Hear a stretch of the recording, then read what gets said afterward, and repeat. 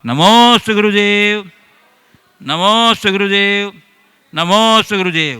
बोलिए मुनिवर श्री प्रमाण सागर जी महाराज जी की। अब मैं अपने दर्शकों को लिए चलता हूँ शंका समाधान की ओर। और प्रथम प्रश्न गुरुदेव रीठी कटनी से मध्य प्रदेश से कुमारी मयूरी जैन पूछ रही हैं। गुरुदेव, जीवन का सबसे अच्छा योग सहयोग है, जीवन का सबसे बुरा आसन आश्वासन है, और जीवन की सबसे बड़ी आशा जिज्ञासा है। महाराज जी, इन तीनों का महत्व कैसे समझें, कृपया मार्गदर्शन। सबसे अच्छा योग सहयोग, सबसे अच्छा आसन और सबसे बड़ी आशा, और सबसे बड़ी आशा जिज्ञासा। इन तीनों का जीवन में क्या महत्व, कैसे समझें? तीनों को हम अपने जीवन में कैसा स्थान दें, है ना। देखो, सहयोग सबको दो, आश्वासन कम दो, और दो तो पूरा करो। और मन में जिज्ञासा की भावना हमेशा बनाए रखो। हर पल अपने मन में जिज्ञासु वृत्ति रखनी चाहिए, क्योंकि जिज्ञासा ही आत्मोन्नति का आधार है। दर्शन की उत्पत्ति ही जिज्ञासा के बदौलत हुई है। तो मनुष्य को चाहिए वो जिज्ञासु बना रहे। पूज्य गुरुदेव, मोरे मणिपुर श्री श्री मोहित काला पूछ रहे हैं गुरुदेव, उपादान और निमित्त में क्या संबंध है? कहते हैं डूब ना सकते कर्म यदि है, डुबा न सकते कर्म यदि है उपादान मजबूत। दोष ना दो प्रभु, दोष ना दो पर को प्रभु, कहते बनो मुक्ति के दूत। दोष ना दो पर को प्रभु, कहते बनो मुक्ति के दूत। गुरुदेव, हम अक्सर हमारे साथ घटित घटनाओं का दोष या तो निमित्त या कर्म पर डाल देते हैं, या कहाँ तक सही है और उपादान को कैसे मजबूत बनाएं? बात बिल्कुल सही है। इस संदर्भ में गुरुदेव का एक बड़ा अच्छा हाइकू है। बिना नयन के, नयन बिन उपनयन का, उपनयन नयन के, नयन बिन उपनयन भला किस काम का। आंखें ना हो तो चश्मा किस काम का। बात को हमें समझना है। दो शब्द है, उपादान और निमित्त। उपादान का मतलब है वस्तुगत योग्यता, और निमित्त का मतलब है उसे उभारने वाले कारण। हमारे जीवन में जो कुछ भी घटित होता है उसमें इन दोनों की भूमिका होती है, निमित्त भी और उपादान भी। समझने के लिए आपने ये जिज्ञासा प्रकट की, मैं उत्तर दे रहा हूं, आपको समझाने में निमित्त बन रहा हूं। हजारों लोग समझ रहे हैं, पर सब की समझ अपनी अपनी योग्यता के अनुरूप ही होगी। मैं चाहूं कि जैसा मैं समझाना चाहता हूं वैसे ही सभी समझे, तो ये मेरा भ्रम है। जिसके अंदर समझने की जितनी योग्यता होगी वो उतना ही समझेंगे, ये यथार्थ है। तो किसी भी कार्य की उत्पत्ति में अंतरंग उपादान होता है, बहिरंग निमित्त होता है। यदि मेरा उपादान मजबूत है तो बाहरी कारण मुझे कभी विचलित नहीं कर सकते। पानी, हवा पानी को लहरा सकती है, पानी में लहर उत्पन्न कर सकती है, पर पत्थर में नहीं। पानी में लहर केवल इसलिए होती है क्योंकि उसमें लहराने की योग्यता है। हवा के निमित्त से लहर उत्पन्न हो गया, पर पत्थर में ये नहीं हो सकता क्योंकि पत्थर में लहर उत्पन्न करने की योग्यता का अभाव है। तुम्हारे जीवन में यदि कुछ भी घटे तो उसके पीछे के मूल कारण को समझो। जैसे समझने के लिए कुछ दुख घट रहा है, कोई कष्ट आ रहा है, कोई परेशानी आ रही है और उसमें दिख भी रहा है कि ये इसकी वजह से हुआ, लेकिन हकीकत में अगर हम विचार करें तो जिसको हम कारण ठहराकर जिसे आरोपित कर रहे हैं वो तो केवल निमित्त मात्र है।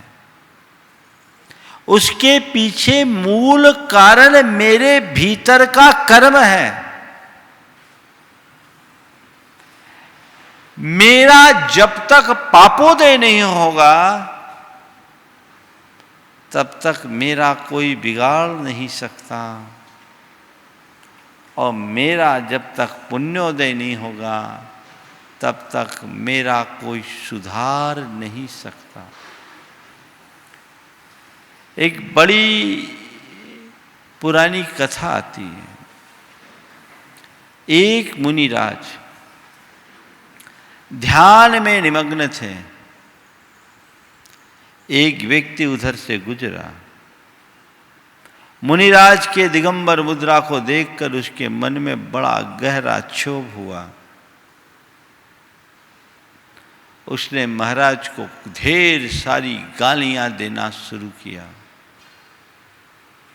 मुनिराज चुपचाप स्थिर चित्त बैठे थे। गालियां देते देते इससे पहले एक घटना और हुई। एक मुनिराज, जो वही मुनिराज तपती धूप में बैठे थे, एक भक्त उधर से गुजरा। उसके मन में आया कि महाराज की थोड़ी सेवा करूं। उसने महाराज के सिर में घी लगाया, पूरे शरीर में घी फैल गया। वो तो घी लगाकर चला गया। थोड़ी देर बाद चींटियां महाराज के शरीर पर चढ़ गई, चूंट चूंट के खाने लगी। एक प्रकार का उपसर्ग हो गया। मुनिराज तटस्थ भाव से अपने ध्यान में निमग्न रहे। और थोड़ी देर बाद दूसरा आदमी आया। उसकी दृष्टि मुनिराज पर पड़ी। वो उन्हें गालियां देने लगा और उसके पास गन्ना था, चूस चूस कर उन पर थूकने लगा। चींटियां घी का स्वाद लेकर थक चुकी थी। जैसी गन्ने की गंध आई, सारी चींटियां मुनिराज के शरीर से उतरकर गन्ने के जो जूठन थी उस पर आ गई। मुनिराज का उपसर्ग दूर हो गया। बात क्या थी? जिस समय महाराज के लिए घी लगाया गया उस समय उनकी तीव्र अशाता का उदय चल रहा था। सेवा भी उपसर्ग बन गई। और जिस समय उन्हें गालियां दी जा रही थी उस समय साता का उदय था। उपसर्ग भी उनके लिए सेवा बन गए। ये संबंध है निमित्त का। तो तेरा कुछ भी नहीं बिगड़ेगा अगर हो कर्म मजबूत। हमें हमेशा अपने अंतरंग पर ध्यान देना चाहिए। सीता जी ने रावण को कभी दोषी नहीं कहा। क्या कहा? मेरा रूप ही ऐसा है, ये मेरा कर्म का उदय है। एक कुत्ता होता है और एक शेर होता है। कुत्ते पर अगर कोई पत्थर फेंके, पत्थर मारे तो कुत्ता पत्थर की तरफ भागता है। उसे लगता है पत्थर मुझे मार रहा है। तब तक 2-4 पत्थर उस पर और पड़ जाते हैं। और शेर पर कोई गोली चलाए तो सीधे गोली चलाने वाले की तरफ झपटता है। तो पत्थर पर पत्थर के पीछे भागने की जगह पत्थर फेंकने वाले को पकड़ो। निमित्त को देख रहे हो तो तुम पत्थर के पीछे भाग रहे हो, कुत्ते जैसा जीवन जी रहे हो। उपादान को देख रहे हो तो तुम पत्थर फेंकने वाले की तरफ लपक रहे हो, शेर की तरह जी रहे हो। तो उपादान की तरफ अपनी दृष्टि हमेशा रखनी चाहिए। पूज्य गुरुदेव, जैतपुरी जिला अनूपपुर मध्य प्रदेश से वैभव जैन पूछ रहे हैं, गुरुदेव किसी ने कहा है कि religion is a cultural of faith. फिर से, religion is a cultural of faith. Cultural of faith. Faith and science is culture of doubt. तो गुरुदेव, क्या धर्म सिर्फ विश्वास का विषय है? क्या विज्ञान की ही तरह धर्म में सत्य का प्रत्यक्ष दर्शन होता है? मैं थोड़ा सा ऐसे बदलता हूं। आपने कहा religion is a culture of faith और science is a culture of doubt. दोनों में मैं थोड़ा अंतर करता हूं। मैं मानता हूं कि धर्म का आधार अनुभव है और विज्ञान का आधार प्रयोग है। विज्ञान प्रयोग के आधार पर आगे बढ़ता है और धर्म अनुभव के आधार पर बात करता है। प्रयोग में निरंतरता रहती है और हर प्रयोग की निष्पत्तियां रोज बदलती है। डाल्टन के परमाणुवाद से लेकर जॉन हॉपकिंस तक आ जाए, जिसने गॉड पार्टिकल की खोज की, परमाणु की अवधारणा में कितने परिवर्तन हुए। ये विज्ञान है। रोज नए प्रयोग होते, नई निष्पत्तियां आती, परिवर्तन। पर धर्म केवल अनुभव की बात करता। अनुभव सदैव इक्षार रहता है।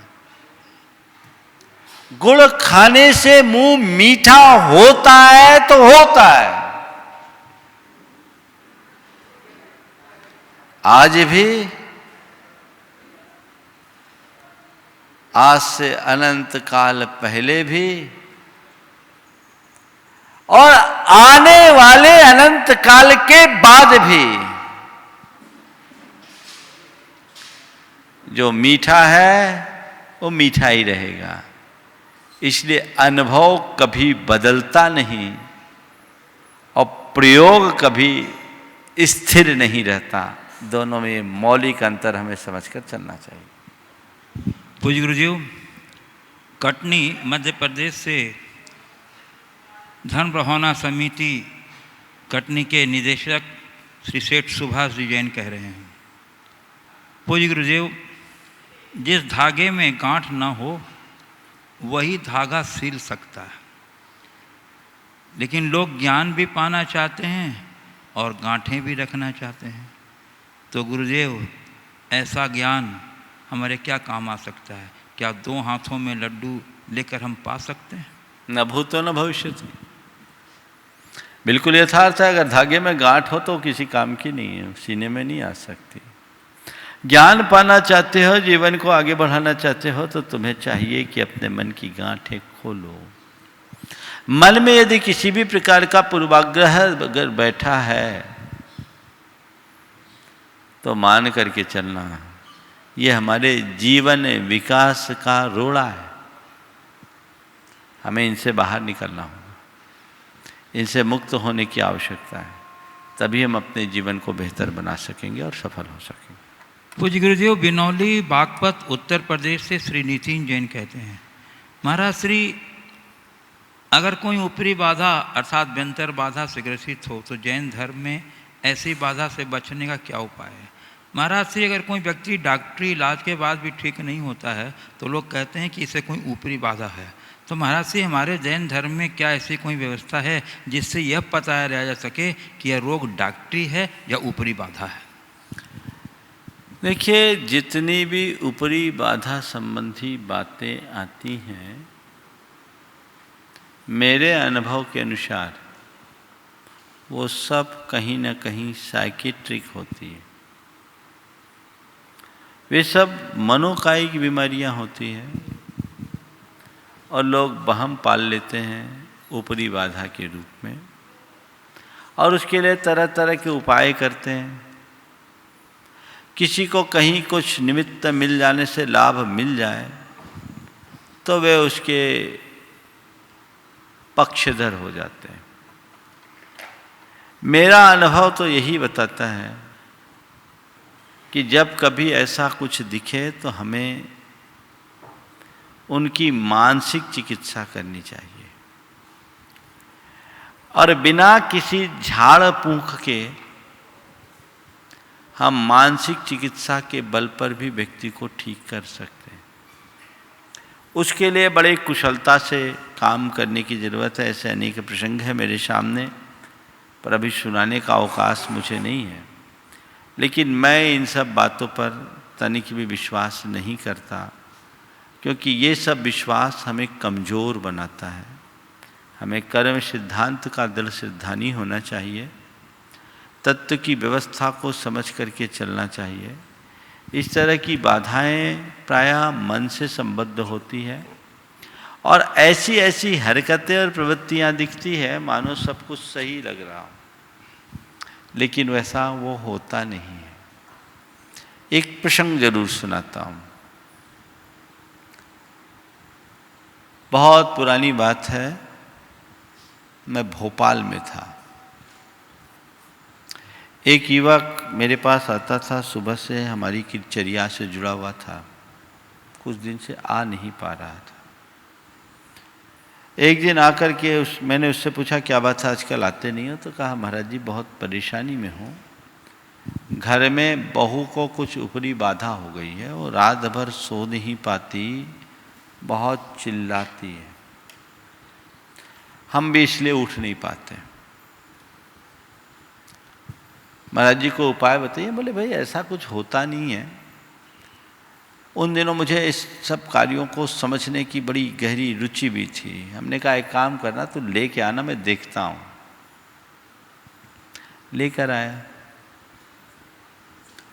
मुझे समझ में आ गया कि ये पूरी तरह से मामला मानसिक है। वो अपने भाई के यहाँ मायके शादी में गई थी, गर्मी का समय था, अनबन हुई, ढंग से बनी नहीं और खाना पीना हुआ नहीं, नींद पूरी हुई नहीं, गर्मी चढ़ गई। मैंने उनको सबको समझाया कि भाई कोई ऊपरी फुपरी का चक्कर नहीं है, तुम तो इनका ठीक तरीके से ट्रीटमेंट दो, इनको ट्रैंक्विलाइजर्स की ज़रूरत है, शामक औषधियों की ज़रूरत है और जैसी आवश्यकता वो करो। परिवार के लोगों को मेरे वचनों पर कोई विश्वास नहीं हुआ। उनने सोचा महाराज तो ये सब टाल मटोल करने के लिए बोल रहे हैं। परिवार के लोग ज़्यादा मुझसे जुड़े भी नहीं थे, पर मैं उसके जो व्यक्ति था उससे मैंने कहा तुम एक काम कर, ऐसे लोग ये नहीं करेंगे, ये सब अंधविश्वासी हैं और पता नहीं तुम्हारा कितना नुकसान हो जाएगा, तो एक नाटक कर। वो घर गया, रात के 12 बजे वो भी आए माए बकना शुरू कर दिया। अचानक उसके द्वारा उटपटांग बकना देखकर सब लोग हतप्रभ रह गए, कोई उसे संभाल नहीं सका। अगले दिन उसको भी उसी गुनिया ओझा के पास ले गए जिससे बहू का इलाज हो रहा था, झाड़ फूंक के लिए। जैसे ही गुनिया ने उनसे कहा इसके ऊपर जिन्न लग गया है और ये उससे भी डेंजर है, उससे झाड़ने के लिए जैसे उसने अपना चमेटा उठाया, हट्टा कट्ठा पट्टा था, पलट करके उसने उसका चमेटा छीना। बोला भैया मेरे ऊपर कोई जिन्न नहीं, मैं तेरा जिन्न उतार देता हूं, मैं तो नाटक कर रहा था, तुम किसको बेवकूफ बना रहे हो, मुझे कोई जिन्न नहीं। तब लोगों को समझ में आया। फिर मेरी सलाह से वे लोग जब मेरे पास आए, मैंने उन्हें उनके मन की शांति के लिए शांति विधान करने का निर्देश दिया और वहाँ चिकित्सा लेने के लिए कहा। चिकित्सा लेने के बाद 15 दिन में ही वो महिला ठीक हो गई। ऐसे बहुत सारे प्रसंग हैं। थोड़ा भी कुछ होता है तो ऊपरी ऊपरी ऊपरी, ये भीतरी बाहर मुझे समझ में नहीं आता। आज के विज्ञान के युग में ऐसी बातों पर भरोसा करना मुझे तो अच्छा नहीं लगता, और हमारा धर्मशास्त्र भी ऐसी बातों को मान्यता नहीं देता। ये मन की दुर्बलताएं हैं। हम तह में जाने की कोशिश करें, हर चीज़ को केवल इन सब चीज़ों से न जुड़ें। मानता हूँ देवकृत उपसर्ग होते हैं, पर उसका ये रूप नहीं होता जिस रूप को हम देखते हैं। उपसर्ग तो तीर्थंकर पारसनाथ पर भी जो हुआ था वो देवता का उपसर्ग था। अनेक महान महान मुनि राजों के ऊपर भी उपसर्ग हुए, लेकिन इस तरह की चीज़ें जो होती है वो हमारे थोड़े समझ में कम आती है। आजकल बहुत जल्दी काला जादू, ये विद्या वो विद्या, ये सब चीज़ें हम लोगों के दिमाग में एक बार भर जाती है तो इसका निकल पाना बड़ा मुश्किल होता है। ये एक प्रकार के डिसऑर्डर्स हैं, इनको हमें बहुत कुशलता से दूर करना चाहिए और बहुत जल्दी इन पर विश्वास नहीं करना चाहिए। पूज्य गुरुदेव, पार्ले पॉइंट सूरत गुजरात से श्री अशोक कुमार गांधी कह रहे हैं, महाराज श्री, मैं आपका प्रवचन और संघ का समाधान करीब 5 सालों से सुन रहा हूँ। इससे मुझे और मेरे परिवार को अच्छी जिंदगी जीने का रास्ता मिला है और धर्म का ज्ञान भी बढ़ा है। गुरुदेव, अभी ABCD के ऊपर चल रहा प्रवचन बहुत अच्छा लगता है। आपने की के बारे में बताया था, के फॉर की के बारे में, उसके बारे में मैं अपनी कुछ जिज्ञासा रखता हूँ। महाराज श्री, संसार में सब लोग सुख की चाबी की खोज रहे हैं, मगर किसी को ये पता नहीं कि सुख को ताला किसने लगाया है। मेरा मानना है गुरुदेव कि सुख को ताला लगाने वाले भी हम ही हैं और दूसरा कोई नहीं है। तो मेरी शंका यह है महाराज कि सुख की खोजने के बजाय हम सुख को ताला ही न लगे, इसके लिए हमें ज़िंदगी में क्या करना चाहिए? कृपया मार्गदर्शन दें। बात बहुत अच्छी पूछी है। सुख को ताला ही न लगे तो चाबी खोजने की ज़रूरत ही न पड़े, लेकिन ऐसा है नहीं। ताला तो लगा हुआ है, और ये आज का नहीं, अनादि का लगा हुआ है। ये हमारे अज्ञान के कारण लगा है। अगर हमारा ये ताला खुला होता तो हम तो निहाल हो गए होते, हमारा जीवन मालो माल होता। लेकिन ये ताला लगा है, हर प्राणी के सुख पे ताला लगा है, और ये आज का नहीं है। कब से है? अनादि से। हम बहुत बड़े भंडार के अधिपति हैं, पर वो तहखाने में है, ताला बंद है, हम ऊपर हैं, हमें पता नहीं।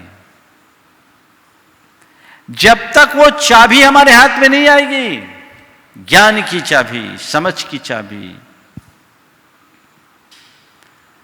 तब तक उस ताले को खोल पाना मुश्किल है। और जब तक वो ताला नहीं खुलता, जीवन का उत्थान भी असंभव है। तो ताला ही न लगे, ये बात संभव नहीं है। सबके सुख के खजाने पर ताला लगा है। विरले भाग्यशाली हैं जो उस ताले को खोलने में सफल हुए हैं।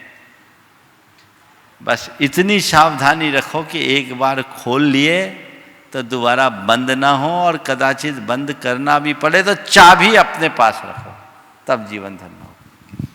पूज्य गुरुदेव, कोल्हापुर महाराष्ट्र से वो कह रहे हैं, गुरुदेव शास्त्र स्वाध्याय के मंगलाचरण में ओंकारम बिंदु संयुक्तम नित्यम ध्यायन्ति योगिनः ऐसा कहा गया। तो गुरुदेव, ओंकार तो बिंदु सहित है ही, तो फिर ओंकारम नित्यम ध्यायन्ति योगिनः ऐसे नहीं कहा जा सकता है क्या? तो महाराज जी पुनः बिंदु संयुक्तम कहा गया है, ऐसा है। इसका राज क्या है? और महाराज श्री हम ओंकार ध्यान कब और कैसे करें? इस पूरे के पूरे मंगलाचरण में ओंकार की महिमा है, और ऐसा इसलिए कि भगवान की दिव्य ध्वनि ओंकारात्मक होती है। ओंकारात्मक दिव्य ध्वनि होने के कारण हम ओंकार से ही स्वाध्याय की शुरुआत करते हैं। आप लोग जो बोलते हैं ओंकारम बिंदु संयुक्तम, ये अशुद्ध है। इसे संशोधित करके बोले ओकारम बिंदु संयुक्तम नित्यम ध्यायन्ति योगिनः। क्या बोला? ओकारम बिंदु संयुक्तम नित्यम ध्यायन्ति योगिनः कामदम मोक्षदम चैव ओंकाराय नमो नमः। ओकारम बिंदु संयुक्तम, ओकार पे बिंदु लगा दो तो ओम बन गया। नित्यम योगिनः ध्यायन्ति, योगी का नित्य ध्यान करते हैं। कामदम, वो मनवांछित पदार्थ को देने वाला है। मोक्षदम, वो मोक्ष को देने वाला है। इसलिए ओंकाराय नमो नमः ये है। तो ये ओंकारम मत बोलिए, अगर ऐसा छपा है तो वह अशुद्ध है। शुद्ध उसका रूप यही है, ओकारम बिंदु संयुक्तम। पूज्य गुरुदेव, कटनी मध्य प्रदेश से श्री प्रमोद कुमार जी जैन पूछ रहे हैं, गुरुदेव अनंत काल से समस्त नदियों का जल कचरा बहकर समुद्र में जा मिलता है। इतने समय से इतना जल समुद्र में समा जाता है, परंतु समुद्र कभी अपनी सीमा का उल्लंघन नहीं करता, सब कुछ अपने में समा लेता है, उदारता का परिचय देता है। हे गुरुदेव, मेरा प्रश्न है कि हम जरा सी बाहरी, हम ऐसा क्या करें कि हमारा हृदय भी समुद्र जैसी विशालता धारण कर सके। नमोस्तु गुरुदेव। हम ऐसा क्या करें कि हमारा हृदय भी समुद्र जैसी विशालता को प्राप्त करे। देखिए, समुद्र में धैर्य है, गंभीरता है, इसलिए विशालता है। धैर्य, गंभीरता और विशालता के अभाव में समुद्र नहीं बनता। हमने अपने आप को सीमाओं में बांध रखा है, हमारे अंदर क्षुद्रता है, तो हम जीवन को आगे कैसे बढ़ाएं? हमें चाहिए कि हम अपने जीवन के दायरे को बड़ा करें। जैसे ही हमारे जीवन का दायरा बढ़ेगा, हमारे अंदर भी वही विशालता प्रकट होगी। पूज्य गुरुदेव, जयपुर से मनोज कुमार पाटनी कह रहे हैं, गुरुदेव आज 10 अक्टूबर को विश्व मानसिक स्वास्थ्य दिवस है। वर्तमान परिस्थिति व माहौल, कोरोना महामारी ने चारों तरफ भय असुरक्षा का ऐसा वातावरण तैयार किया है कि मनोरोगियों की संख्या नियंत्रण से बाहर होती जा रही है। इस महासंकट से निजात पाने के लिए ज्ञान और ध्यान का सहारा कैसे लिया जाए? गुरुदेव के पावन चरण कमलों में चरमर्श, अच्छा ठीक, यही प्रश्न है। क्या विश्व मानसिक स्वास्थ्य दिवस? अच्छा, हर दिन एक दिवस है। देखिए, बात यथार्थ है कि मानसिक स्वास्थ्य पूरे विश्व में एक बहुत बड़ी समस्या बन रही है। आज से 3 वर्ष पूर्व आए एक रिपोर्ट के अनुसार भारत में 8.5 करोड़ लोग डिप्रेशन के शिकार माने गए। केवल डिप्रेशन के, अन्य साइकोसोमेटिक डिजीज की बात छोड़ दीजिए। ये 8.5 करोड़ लोग तो वे हैं जो चिकित्सकों से संपर्क में रहे और चिकित्सकीय परामर्श लिए। अगर देखा जाए तो उतने ही लोग ऐसे होंगे जो डिप्रेशन को भोग रहे होंगे, पर उनको भी पता नहीं कि हम डिप्रेशन में हैं। इस हिसाब से अगर विचार किया जाए तो लगभग 12-13% व्यक्ति डिप्रेशन या अन्य प्रकार के मनोविकृतियों के शिकार हैं। वर्तमान के इस कोविड के दौर में हमारे साथ और भी ऐसा कुछ हो गया है और लोगों में सर्वत्र भय, असुरक्षा का माहौल है। इससे बचने के लिए क्या किया जाए? तो इससे बचने के लिए मेरा सबसे सुझाव है, थोड़ा अपना रुझान आध्यात्मिक बनाएं, सत्संग करें, स्वाध्याय करें, स्वात्मचिंतन करें। और सबसे अच्छा है कि आप भावना योग करें। नियमित भावना योग में आपके अंदर का भय और असुरक्षा की भावना दूर होगी। कोविड-19 के लिए भावना योग का एक अलग प्रारूप लोगों के लिए उपलब्ध है, जिसमें मैं स्वस्थ हूँ, मेरा परिवार स्वस्थ है, मैं सुरक्षित हूँ, मेरा परिवार सुरक्षित है, मेरा व्यापार सुरक्षित है, मेरी जॉब सुरक्षित है। इस तरह की बातों को बार बार दोहराया गया है। इससे आपके मन का भय दूर होगा। मैं अभय हूँ, स्वस्थो हम, सुरक्षितो हम, अभयो हम। इस तरह के पदों को बार बार दोहराने से हमारे सबकॉन्शियस में एक अलग प्रकार के उत्साह और निश्चिंतता का भाव जगेगा, और उस उत्साह और निश्चिंतता का सकारात्मक लाभ ये होगा कि मन में दबी हुई डर, असुरक्षा और चिंता दूर होगी। तभी आप इस तरह की विकृतियों से अपने आप को बचा सकते हैं, और कोई दूसरा रास्ता नहीं है। हमें ऐसी निरंतरता बनाए रखनी चाहिए।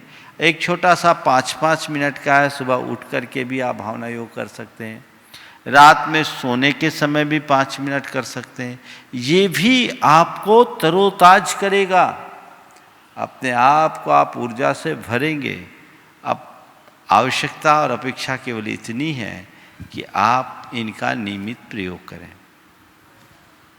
पूज्य गुरुदेव, अब मैं चाहता हूँ कि परम पूज्य मुनि श्री अरहत सागर जी महाराज अपनी उपयोगी जिज्ञासा हम लोग को लाभान्वित करने की भावना से रखें। नमोस्तु महाराज श्री। कुलाचार जैन दर्शन का एक विशिष्ट शब्द है। तो मेरा कहना है कि एक श्रावक का कुलाचार पालन करने के प्रति क्या कर्तव्य होना चाहिए, कुलाचार का पालन करने का पात्र कौन होता है। दूसरी बात, क्या कुलाचार को विज्ञान से या साइंस से कंपेयर कर सकते हैं, तो कैसे, कृपया समाधान दीजिए। बहुत अच्छा सवाल महाराज जी ने आप लोगों की तरफ से पूछा है कि कुलाचार का जीवन में क्या महत्व है, कुलाचार का पालन किस तरीके से करना चाहिए, कुलाचार को पालन करने का अधिकारी क्या है, और कुलाचार की क्या कोई वैज्ञानिकता है। देखिए, सबसे पहली बात, कुलाचार का मतलब क्या है। कुल के अनुरूप किया जाने वाला, कुल के संस्कारों के अनुरूप किया जाने वाला आचार कुलाचार कहलाता है। हमारे यहाँ एक शब्द आता है घुट्टी के संस्कार, ये बात घुट्टी में पिलाई गई। अब आजकल तो जन्म घुट्टी देना बंद हो गया, लेकिन पहले घुट्टी के संस्कार होते थे, घुट्टी के संस्कार बोलते थे। हम जिस कुल में जन्म लिए उस कुल के अनुरूप, जो उस कुल का कोड ऑफ कंडक्ट है, उसके अनुरूप आचरण होना कुलाचार कहलाता है। जहाँ तक जैन कुलाचार का सवाल है, अगर आप जैन कुल में जन्म लिए हैं तो आपके आचरण में अहिंसा, करुणा और दया की झलक दिखनी चाहिए, और उसकी अभिव्यक्ति होती है मद्य, मांस, मधु के त्याग के रूप में। मद्य, मांस, मधु का त्याग तो करना ही चाहिए, ये कुलाचार का पहला अंग है। और इसके बाद बारे में मुझे बताने की जरूरत नहीं कि मद्य, मांस, मधु का त्याग करना हमारे लिए किस अर्थ में लाभप्रद है। मादक पदार्थ हमारे जीवन के सर्वविनाश का कारण है। विज्ञान इस बात के लिए रोज चीख चीख कर बताता है, और इसी वजह से हर मादक पदार्थ पे लिखा जाता है इंजीरियस फॉर हेल्थ। गैर पढ़े लिखों के लिए बिच्छू का या खतरे का साइन बना रहता है ना। मांस भक्षण भी हमारे शरीर के अनुकूल नहीं है। अनेक प्रयोगों के द्वारा ये बात सिद्ध हो गई। जहाँ तक शहद की बात है, अन्य परंपराओं में शहद का सेवन किया जाता है, बल्कि पूजा और प्रसाद के रूप में भी शहद का प्रयोग होता है। जैन परंपरा में शहद का निषेध किया गया क्योंकि शहद के उत्पादन में हिंसा होती है। आज के तथाकथित अहिंसक शहद जो मधुमक्खियों को उड़ाने के बाद ली जाती है, जैन धर्म उसके लिए भी समर्थन नहीं करता, क्योंकि अंततः वो मधुमक्खियों की उगाल है, उनका रस है, उनका संचित धन है, उनका सर्वस्व उसमें है।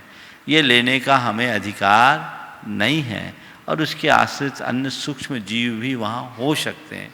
इसलिए हम शहद का प्रयोग नहीं करते हैं। तो शहद के प्रयोग का निषेध है। मद, मांस और मधु का त्याग। हमारे लिए चाहिए कुलाचार के अंतर्गत रात्रि भोजन से बचें। ये कुलाचार का एक बड़ा अंग है। पहले जैनियों की पहचान थी कि वे रात में नहीं खाते। मुझे याद है जब मैं बचपन में दूध लेने के लिए जाता था तो ग्वाला कहता था कि जैन लोग सियार भूंकने के बाद नहीं खाते। शाम के टाइम में सियार भूंक देता था, और सियार भूंकने के बाद जैन लोग नहीं खाते। और हमें याद है कि हम लोग उस वक्त नहीं खाते थे, लेकिन आज धीरे धीरे लोगों ने अपनी ये पहचान खोनी शुरू कर दी है, बल्कि कईयों ने तो पूरी तरह खो दी है। इसे पुनर्प्रतिष्ठित करना चाहिए। ये हमारी मूल पहचान है, और ये भी विज्ञान के द्वारा मान्य है। अगर आप रात्रि भोजन त्यागते हैं तो ज़्यादा स्वस्थ रहेंगे, क्योंकि रात में हमारा पाचन तंत्र कमज़ोर होता है। हमारे शरीर को भी आराम चाहिए तो पाचन तंत्र को भी आराम चाहिए। अगर उसमें भोजन पड़ा रहेगा तो वो हमारे शरीर के अनुकूल नहीं होगा। इसलिए रात्रि भोजन के त्याग की बात को जैन कुलाचार का अंग कहा। ये करना चाहिए। अपने इष्ट का स्मरण, दर्शन सुलभ हो तो दर्शन, अथवा पंच परमेष्टि का स्मरण हमारे कुलाचार का अंग है, जो तुम्हें जैन होने का एहसास कराता है। ये कुलाचार का अंग है। और इसी तरह पानी छान करके पीना, जो पूरी तरह वैज्ञानिक है। मैं एक घटना बताता हूँ। डॉक्टर शंकर दयाल शर्मा जब भारत के उपराष्ट्रपति थे, मेरे ख्याल से 1986 के आसपास की बात है, 85-86 की, भिलाई के एक धार्मिक शायद पंच कल्याणक का कार्यक्रम था। वहाँ वो मुख्य अतिथि की हैसियत से गए। उस मंच पर उन्होंने जैन धर्म की वैज्ञानिकता की चर्चा करते हुए एक बड़ी बात कही। वो बात उन्होंने अपने मुख्यमंत्रित्व के काल की कही, और कहा कि जब मैं मध्य प्रदेश का मुख्यमंत्री होता था तो इंदौर के एक कॉलोनी में एक विशेष प्रकार की बीमारी फैली, और बीमारी ऐसी फैली कि पूरा का पूरा परिवार ज्वरग्रस्त हो जाता था, पूरे परिवार को बुखार आता था। उस कॉलोनी में रहने वाले जैनियों में ये लक्षण न के बराबर दिखे। जब काफी छानबीन की गई तो पता लगा कि उसकी ओवरहेड टैंक में चिड़िया मरी हुई थी। उसका जो उसके कारण पानी विषाक्त हो गया था, और वही पानी पूरे कॉलोनी के लोग पी रहे थे, इसलिए बीमार हो रहे थे। जैनियों में इसके लक्षण कम दिखे क्योंकि वे पानी छान कर पीते हैं। तो ये हमारी पहचान है। इनका हमें दृढ़तापूर्वक पालन करना चाहिए, और इस प्रकार की प्रवृत्तियों से अपने आप को पूरी तरह बचाने की चेष्टा करनी चाहिए। तो ये पूरी तरह वैज्ञानिक है। कुलाचार का पालन होगा तो दुराचार पनप नहीं सकेगा, और ये प्रत्येक व्यक्ति का कर्तव्य है कि वो कुलाचार का दृढ़ता से पालन करे, अन्यथा आप अपना गौरव खो बैठेंगे। इसलिए हर व्यक्ति चाहिए कम से कम मद्य मांस मधु का तो प्रतिज्ञा पूर्वक परित्याग करे ही। कुछ गुरुदेव, अब मैं उपस्थित जिज्ञासुओं को आमंत्रित करना चाहता हूँ। दूसरों के साथ अन्याय हो जाएगा, नहीं तो 2 दिन से लोग गुणायतन के शिरोमणि संरक्षक अतुल शीतल निहाल वंदना लाधानी बक्सरा गुजरात। और जब तक ये आ रहे हैं गुरुदेव, एक प्रश्न जयपुर निवासी एवं न्यूयॉर्क अमेरिका प्रवासी गुणायतन के शिरोमणि संरक्षक श्री दिनेश जी विनीता जी पापड़ीवाल की तरफ से आया है।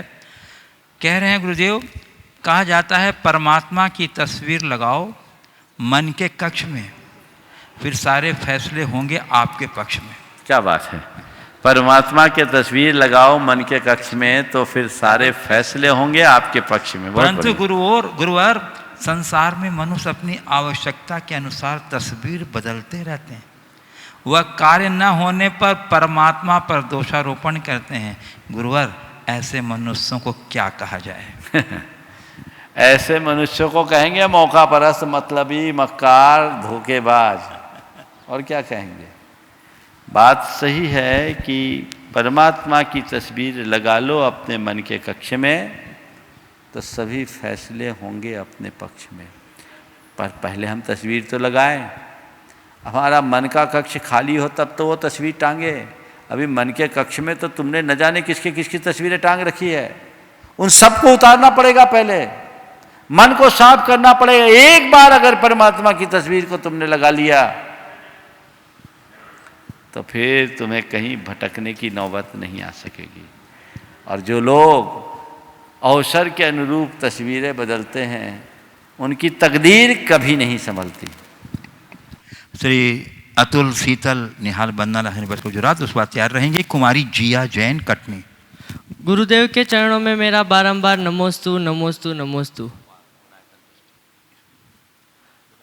गुरुदेव, मेरा प्रश्न ये है कि आजकल हमारी सोच ऐसी हो गई है कि अगर कोई विदेशी यहाँ पर आकर अपनी मतलब कि ठीक से हिंदी नहीं बोलता तो भी हिंदी ठीक से नहीं बोल सकता, वो अपनी इंग्लिश मिलाकर हिंदी बोलता है तो भी वो सबको अच्छी लगती है कि ये देखो विदेशी है, वो टूटी फूटी हिंदी बोल रहा है। और हम लोग यहाँ अपने देश में रहकर ही टूटी फूटी इंग्लिश बोलते हैं तो बोलता है अनपढ़ है, गंवार है, ऐसे बोलते हैं हमको।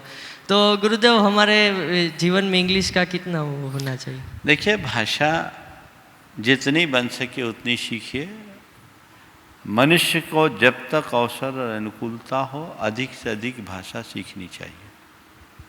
लेकिन हमें दूसरी भाषा का प्रयोग तभी करना चाहिए जब हमारी भाषा को समझने वाले सामने ना हो। यदि हमारी भाषा को समझने वाले लोग हैं तो हम दूसरी भाषा का प्रयोग क्यों करें। अब आजकल तो हिंग्रेजी भाषा विकसित हो गई। हिंग्रेजी समझते हैं ना, इंग्लिश, हिंग्रेजी हिंदी और अंग्रेजी का सम्मिश्रण है। हिंदी इंग्लिश मिक्स्ड है और लोग शांत समझते हैं। हिंदी में बोलते हुए भी अंग्रेजी के शब्दों को बोलकर अपनी बुद्धिमत्ता का परिचय देने की कोशिश करते हैं। और ये सब भी कहाँ हुआ, केवल ब्रिटिश उपनिवेश बने देशों में ही। आज भी मानसिकता गुलामी की बनी हुई है, इसलिए ऐसे दुष्परिणाम आ रहे हैं।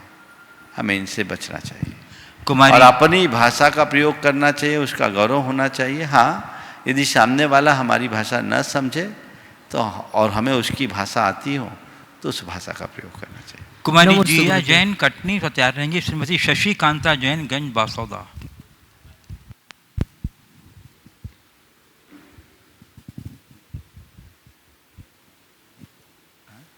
गुरुदेव के चरणों में त्रिबार नमोस्तु। गुरुदेव, मेरा प्रश्न ये है कि ड्रेस कोड का क्या महत्व है हमारे जीवन में कई क्षेत्रों में ड्रेस कोड की बहुत इम्पोर्टेंस है, जैसे पुलिस, आर्मी, भैया जी, माता जी, पुजारी भैया, पुजारी भैया। परंतु हमारे लोगों के व्यवहारिक जीवन में कोई ड्रेस कोड नहीं, ऐसा क्यों और इसका हमारे जीवन में कोई इम्पैक्ट? देखिए, ड्रेस कोड क्या है? सामूहिकता में अपनी विशिष्ट पहचान बनाए रखने और एक रूपता को मेंटेन करने के लिए ड्रेस कोड बनाया जाता है। पुलिस की एक ड्रेस कोड है, देख के ही समझ में आ जाए पुलिस है। एडवोकेट की एक ड्रेस कोड है, देख करके ही समझ में आ जाए कि एडवोकेट है ना। ऐसे ही डॉक्टर्स की भी ड्रेस कोड है, देख के भी समझ में आ जाए। तो जिसकी जो ड्रेस कोड है उसको अपना लेने से हमें बड़ी सरलता और सहजता होती है।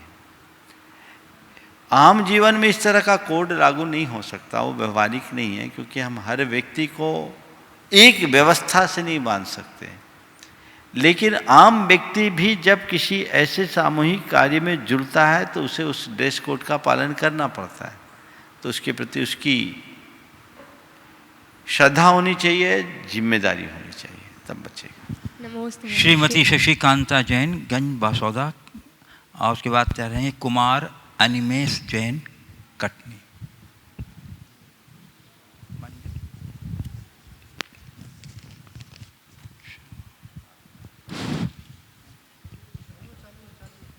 हे गुरुदेव, मेरा और मेरे सभी बच्चों का नमोस्तु नमोस्तु नमोस्तु।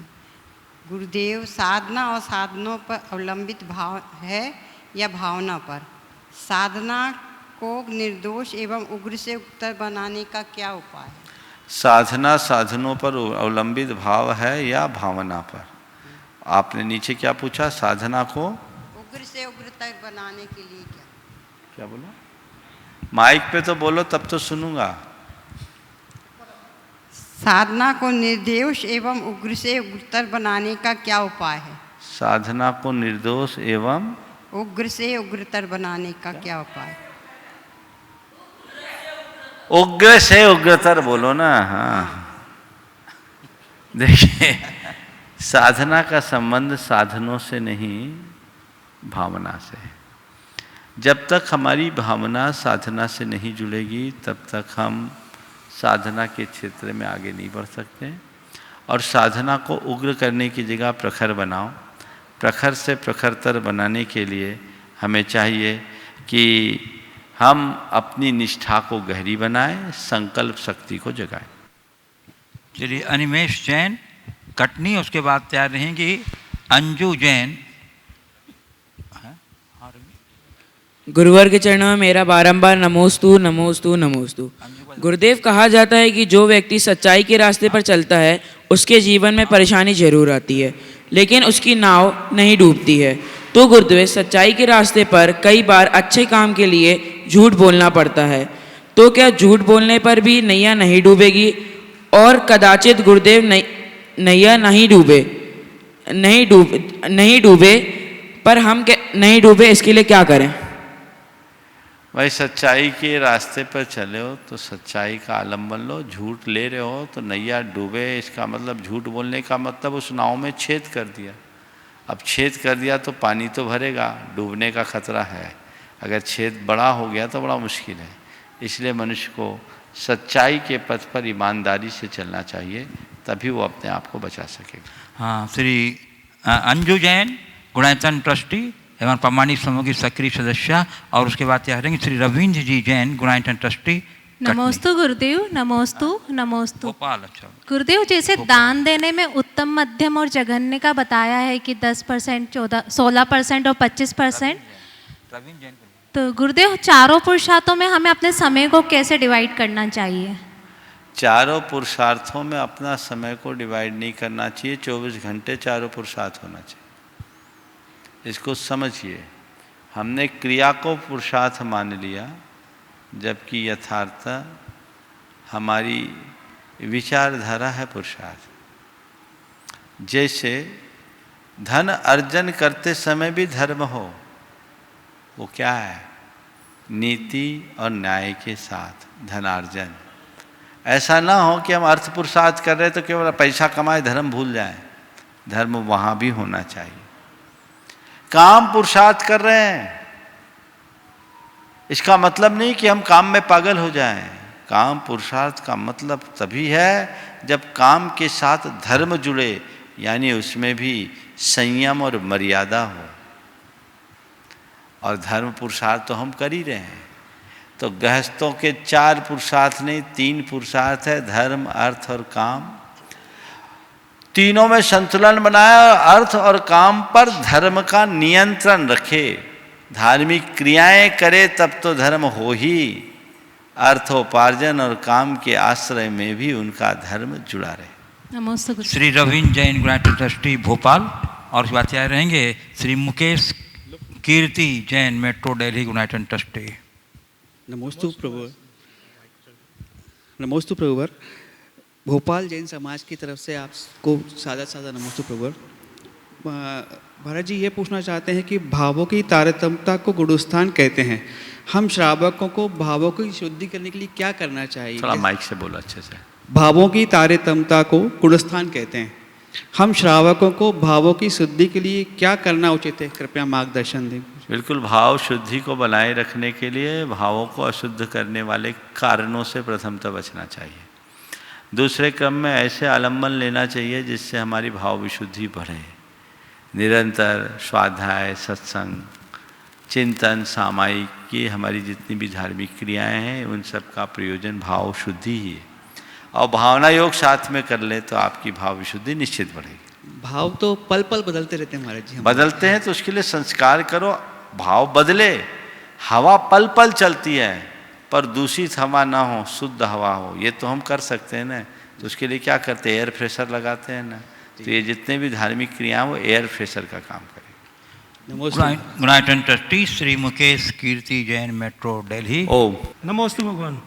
गुरुवर, ये मेरा एक छोटी सी शंका दान से रिलेटेड है कि अगर किसी ने कुछ दान दिया और संस्था को दान देने के बाद ATG के तहत टैक्स का फ़ायदा लिया। हाँ, थोड़ा मास्क उतार के बोल दो। हाँ, अगर किसी ने कोई दान दिया और संस्था को दान देकर ATG के तहत टैक्स का फ़ायदा उठा लेता है, तो क्या जो टैक्स दान में दिया तो क्या दान का हिस्सा होना चाहिए या नहीं?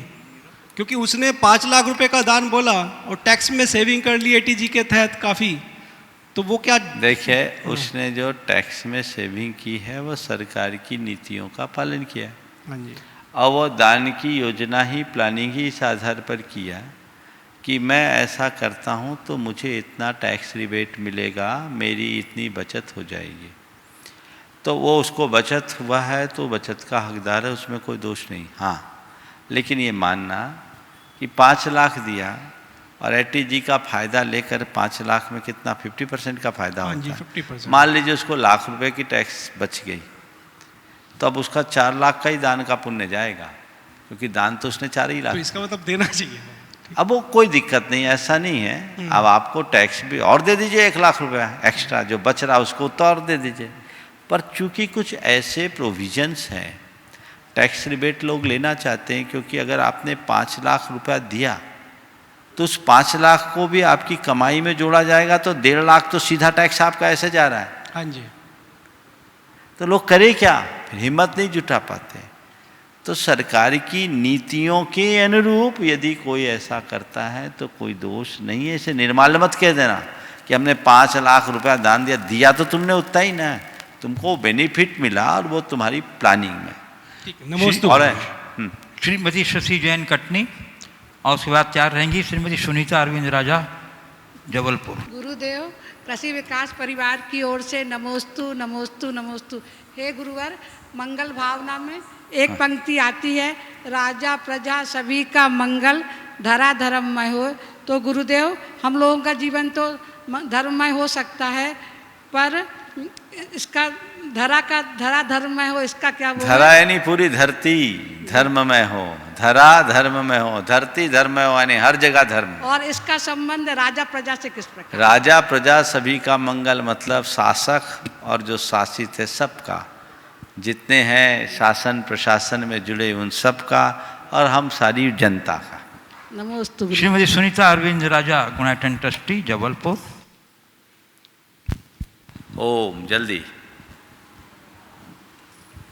नमोस्तु गुरुदेव। गुरुदेव, जीवन में कभी खुशी कभी गम दोनों बारी बारी से आते रहते हैं, मगर हम अपनी खुशियों को कैसे उसमें बदलें कि जिससे अपने दुखों को भी हम खुशियों के रूप में बना सकें। अपनी खुशियों को हम कैसे बनाए रखें कि दुख भी खुशी में रह जाए, ये पूछना चाहिए। ये तो एक व्यवस्था है। कल ही तो मैंने की दी थी, कल था ना कल ही की थी ना। अपनी भावनाओं को हमेशा सकारात्मक दिशा दो तो हमारा गम भी खुशी में परिवर्तित हो जाएगा। जो लोग अपनी भावनाओं पर संयम रखने में समर्थ होते हैं उनके जीवन में हमेशा खुशियाँ रहती है, वो दुखी नहीं हो पाते। और जो अपनी भावनाओं पर नियंत्रण नहीं रख पाते वो वहीं रह जाते। समय हो गया, यहीं पर विराम। बोलिए परम पूज्य आचार्य गुरुवर श्री विद्यासागर।